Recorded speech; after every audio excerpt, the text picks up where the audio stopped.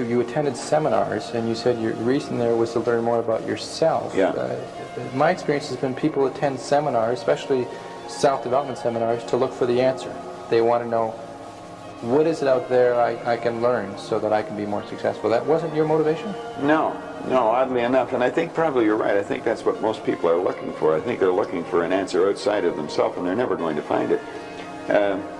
I think by this time I realized it was something in me. I met a man here in Toronto. He was the one that originally got me involved in studying this, Ray Stanford. And he told me if I didn't like the results I was getting in my life, that I was going to have to change me because they were my results. And he said, if you're going to change you, you're going to have to find out something about yourself.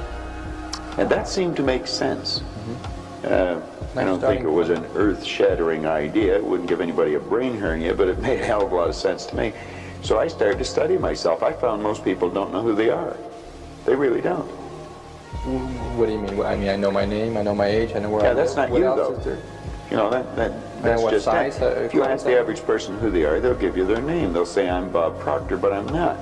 Bob and Proctor are two words. My parents give them to me. They're called names, but it's not me. It's my name. Then somebody will say, well, this is me, but this isn't me either. It's my body. Like, you never phone down here to the studio and say, body won't be in today. It's sick. Okay. You know, we don't say am hand or am leg. It's my hand, my leg, my body, my name. Who am I? Well, that's an interesting question. And I believe if a person will start to study that and look for the answer, they'll find it. See, I think we live simultaneously on three planes of understanding. We're spiritual creatures, we have an intellect, and we live in physical bodies. Okay. But because we lack awareness or understanding of who we are, we're totally locked into a physical world, and we let things outside of us control us. 95% of the population are reacting to life. They're not really living at all. Okay. And would you call that one of the barriers to success? Oh, there's no question about it. I think there's two barriers. Success is a funny word. Nightingale had a great definition for it. He said a person's successful if they know where they are, and they know where they're going, and they're progressively moving in that direction. He said that success was the progressive realization of a worthy ideal. Anyone that has a goal and they're moving towards it, they're successful. Most people think that you're successful if you have a lot of money. Quite often you have a lot of money if you're successful, but it isn't. I wouldn't say Mother Teresa has a lot of money. Okay. No, but she's a pretty successful lady. So it's... okay, so that barrier to success... Well, there's a couple of them. Okay. I think there's two barriers. One is our conditioning. The conditioning that takes place in our subconscious mind from the time we're infants.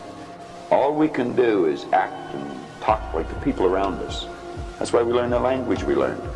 If there was 10 languages spoken in our home, we'd learn 10 languages without any trouble.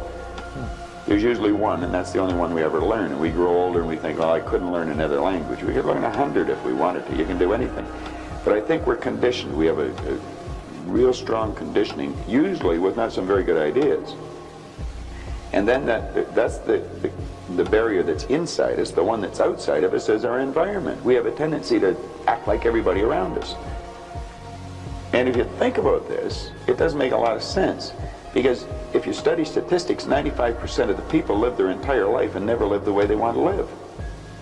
You know that 95% of the population in this country, let's say in North America, okay, the richest continent in the history of the world, they'll work productively, let's say for 40 of their 65 years, okay, and they'll end up with hardly any money. Well, there's got to be something wrong. So there's not much... 5% of the people end up financially comfortable or independent. Are you trying to depress us, Bob? Because that's... No, actually, I think it's quite an exciting idea, because you see, the idea behind it is that anybody can win, anyone at all. But if we start studying these statistics, I think we'll arrive at the conclusion, geez, I better start thinking for myself rather than follow everybody. Most people, they get a job, they look around, they see how everybody else is doing their work, and they start doing it the same way. They should stop and think, I wonder if any of these people know what they're doing. You know, is there a better way to do it? But don't we have a need to fit in? I mean, we don't want to stand out. We don't want to get fired. We don't want to make waves. Exactly. Just fall into line. You know, take a number. Be like everybody around. You know, that'd be great in the animal kingdom.